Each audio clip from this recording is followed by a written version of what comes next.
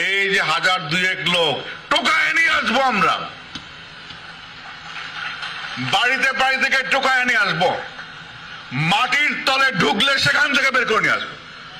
ক্ষমতার দম্ভে যারা অন্ধ হয়ে ভেবেছিল এই দেশে তাদের বিচার করার কেউ নেই, আজ তাদের জন্যই এক বিশাল করুণ পরিণতি। দর্শক, আধুনিক শহর দুবাই, চারপাশ যেন এক অদ্ভুত শান্ত এবং নিস্তব্ধতায় মোড়ানো। বিত্তশালীদের এই স্বর্গরাজ্য তখন গভীর রাত, কিন্তু গতকাল রাতের আধারে সেই চিরচেনা নিস্তব্ধতা চূর্ণ বিচূর্ণ করে ধেয়ে এলো এক অভাবনীয় এবং হাড়হিম করা অপারেশন। কোনো সাইরেন নেই, হেডলাইট নেবানো, এবং কয়েকটি হাই স্পিড সিকিউরিটি ভেহিকল এসে নিঃশব্দে ঘিরে ফেলল দুবাইয়ের একটি অতি বিলাসবহুল অ্যাপার্টমেন্ট ব্লক। আধুনিক মরণাস্ত্রে সজ্জিত, বুলেটপ্রুফ জ্যাকেট পরা দুবাই পুলিশের এক চৌখস বিশেষ কমান্ডো দল মুহূর্তের মধ্যে তারা পজিশন নিল ভবনের প্রধান প্রবেশপথে এবং লিফলেটের সামনে। পুরো দৃশ্যপটটি দেখে মনে হচ্ছিল হলিউড বা কোনো আন্তর্জাতিক ক্রাইম থ্রিলার সিনেমার চূড়ান্ত অ্যাকশন দৃশ্য চলছে, কিন্তু না, এটি কোনো সিনেমার শুটিং ছিল না, এটি ছিল বাস্তব জীবনের এক চরম নাটকীয় অধ্যায়। কমান্ডো দলের প্রধান অত্যন্ত ধীর পায়ে এগিয়ে গেলেন একটি নির্দিষ্ট ফ্ল্যাটের দরজার সামনে। এরপর দরজায় ভারী বুটের মৃদু কিন্তু কঠোর করাঘাত, ঠক ঠক ঠক। ভেতরে থাকা মানুষটি তখনও হয়তো তন্দ্রাচ্ছন্ন ছিলেন। তিনি হয়তো স্বপ্নেও ভাবতে পারেননি যে বিগত 15 বছর ধরে দূর বাংলাদেশে যে ত্রাসের রাজত্ব তিনি কায়েম করেছিলেন, যে ক্ষমতার দম্ভে নিজেকে ভাবতেন সমস্ত আইনের ঊর্ধ্বে, সেই রক্তের দাগ আর পাপের খতিয়ান আজ আরব সাগরের ওপারে এই বিলাসবহুল ফ্ল্যাটেও তাকে তাড়া করে আসবে। অত্যন্ত অপ্রস্তুত, হতভম্ব এবং বিধ্বস্ত অবস্থায় দরজা খুলে বেরিয়ে এলেন এক ব্যক্তি। হ্যাঁ, তিনি আর কেউ নন, বাংলাদেশের ইতিহাসে অন্যতম বিতর্কিত, সমালোচিত এবং এক সময়ের সর্বশক্তিমান সাবেক পুলিশ মহাপরিদর্শক আইজিপি বেনজির আহমেদ। এক সেকেন্ডের জন্য তাকে কোনো কথা বলার বা আত্মপক্ষ সমর্থনের সুযোগ দেয়া হলো না।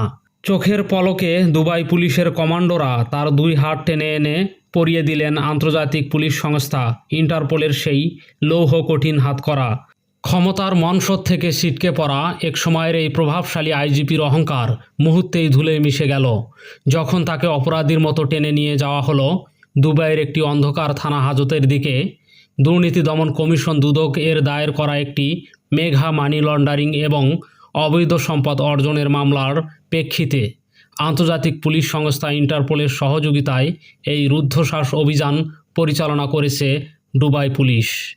বাংলাদেশ পুলিশ সদর দপ্তরের একজন অত্যন্ত ঊর্ধ্বতন কর্মকর্তা নাম প্রকাশ না করার শর্তে এই বিস্ফোরক এবং চাঞ্চল্যকর খবরটি গণমাধ্যমের সামনে নিশ্চিত করেছেন।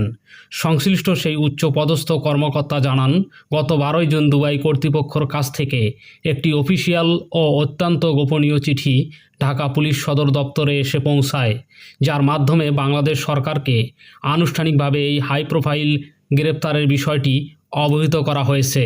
তবে গ্রেপ্তারের পর বেনজির আহমেদকে কোনো বিশেষ আইনি প্রক্রিয়ায় এবং ঠিক কত দ্রুত দেশের মাটিতে ফিরিয়ে আনা হবে সে বিষয়ে সরকারের কূটনীতিক এবং আইনি মহলে এখনও এক চরম গোপনীয়তা ও রুদ্ধশ্বাস সমীকরণ চলছে।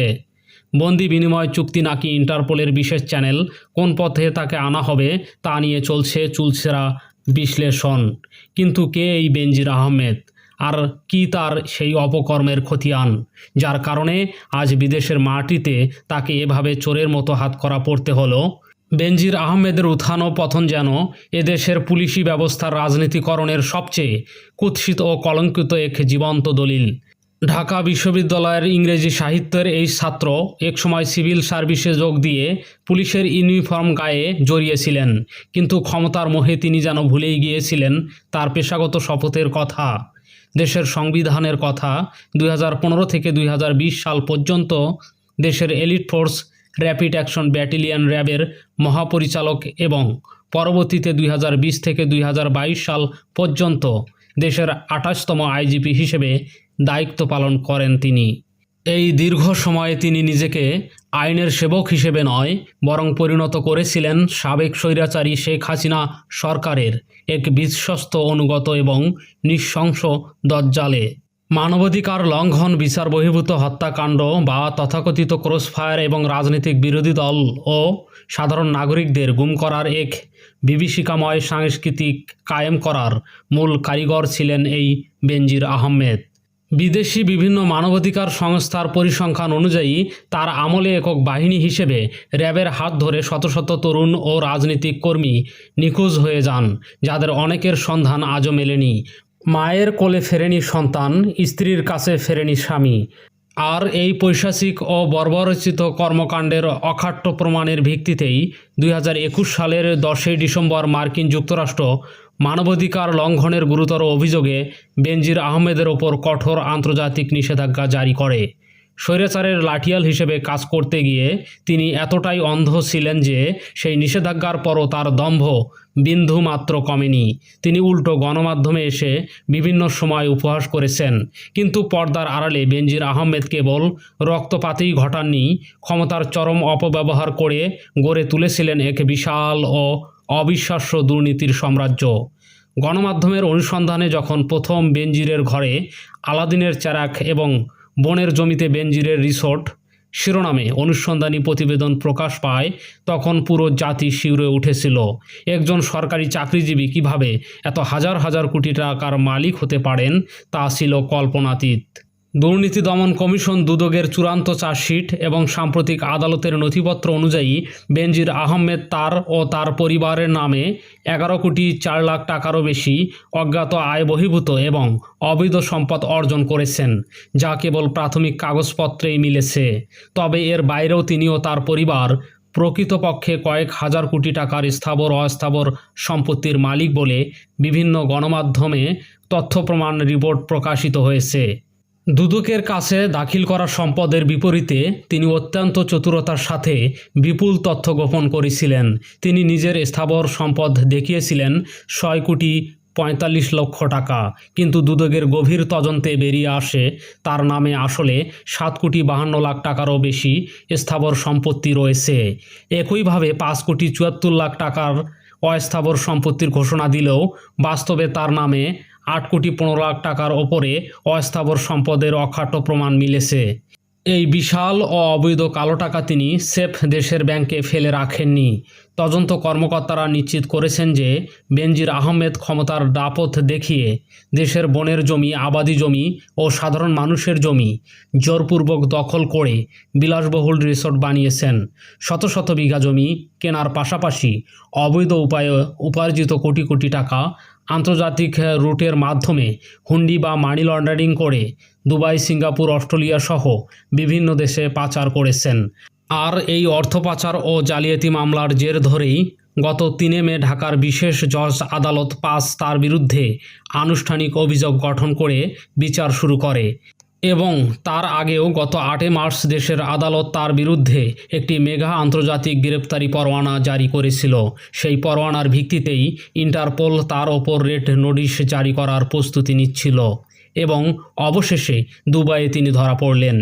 ইতিহাসের কি এক নির্মম নিয়ম যে বেনজির আহমেদ একসময় বিরোধী দলের নেতাকর্মীদের অর্থাৎ জামাত এবং বিএনপির নেতাকর্মীদের গ্রেপ্তারের নামে গভীর রাতে ঘরবাড়ি ঘেরাও করার কমান্ডো স্টাইল চালু করেছিলেন। আজ সুদূর দুবাই মাটিতে নিজের বিলাসবহুল ফ্ল্যাটে বসে ঠিক একই কমান্ডো স্টাইলের শিকার হতে হলো তাকে। নিয়তি কতটা নিষ্ঠুর এবং নিখুঁত হতে পারে, বেনজির আহমেদের এই পরিণতি তার সবচেয়ে বড় প্রমাণ। ক্ষমতার মোহে অন্ধ হয়ে যারা ভাবেন যে দেশের মানুষকে গুম করে রক্ত ঝরিয়ে আর রাষ্ট্রের সাধারণ মানুষের ট্যাক্সের টাকা বিদেশে পাচার করে আজীবন প্রাসাদে সুখের জীবন কাটানো যায়, দুবাই পুলিশের হাতে বেনজির আহমেদের এই রুদ্ধশ্বাস গ্রেপ্তার তাদের জন্য এক চরম এবং ঐতিহাসিক শিক্ষা। স্বৈরাচারের পতন 2024-এর জুলাইয়ের ছাত্র জনতার রক্তক্ষয়ী রাজপথের আন্দোলনের মাধ্যমেই হয়েছিল ঠিকই, কিন্তু সেই স্বৈরাচারের প্রধান লাঠিয়াল, জল্লাদ এবং লুণ্ঠনকারীদের পতনের চূড়ান্ত অধ্যায়টি আজ আরব সাগরের তীরে ওই লোহার হাতকড়ার মধ্য দিয়েই রচিত হলো। এখন পুরো দেশের কোটি কোটি মানুষের চোখ কেবল একটি দৃশ্যর দিকে, কখন এই মেঘা খুনি এবং লুটেরাকে খাঁচায় বন্দী করে ঢাকার মাটিতে নামানো হবে এবং তার দীর্ঘ 15 বছরের পাপের চূড়ান্ত হিসাব আদালতের কাঠগড়ায় চুকানো হবে।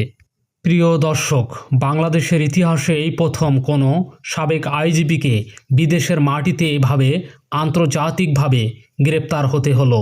এই পুরো বিষয়টিকে আপনি কিভাবে দেখছেন? আপনার মূল্যবান মতামত অবশ্যই আমাদের মন্তব্যর ঘরে লিখে জানান।